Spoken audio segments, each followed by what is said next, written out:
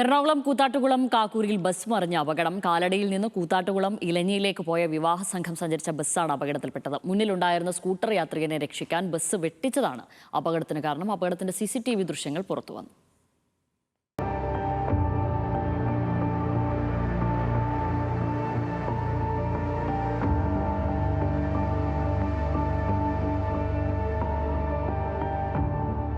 എറണാകുളം കാലടിയിൽ നിന്നും വിവാഹ സൽക്കാരത്തിൽ പങ്കെടുക്കാൻ കൂത്താട്ടുകുളം ഇലഞ്ഞിയിലേക്ക് പോയ സംഘം സഞ്ചരിച്ച ടൂറിസ്റ്റ് ബസ്സാണ് അപകടത്തിൽപ്പെട്ടത്.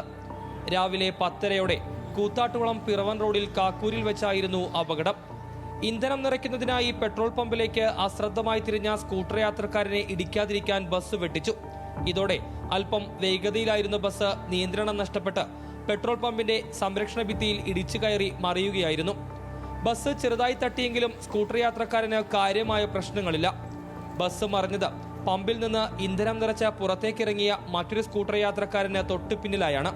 ഇയാൾ പരിക്കേൽക്കാതെ രക്ഷപ്പെട്ടു. അതേസമയം അപകടത്തിൽപ്പെട്ട ബസ്സിലുണ്ടായിരുന്ന 25 പേർക്ക് പരിക്കേറ്റു. ഇവരെ ഉടൻ തന്നെ കൂത്താട്ടുകുളത്തെ സ്വകാര്യ ആശുപത്രിയിൽ പ്രവേശിപ്പിച്ചു.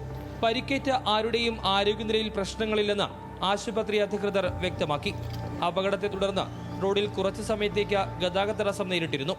ന്യൂസ് മലയാളം, കൊച്ചി.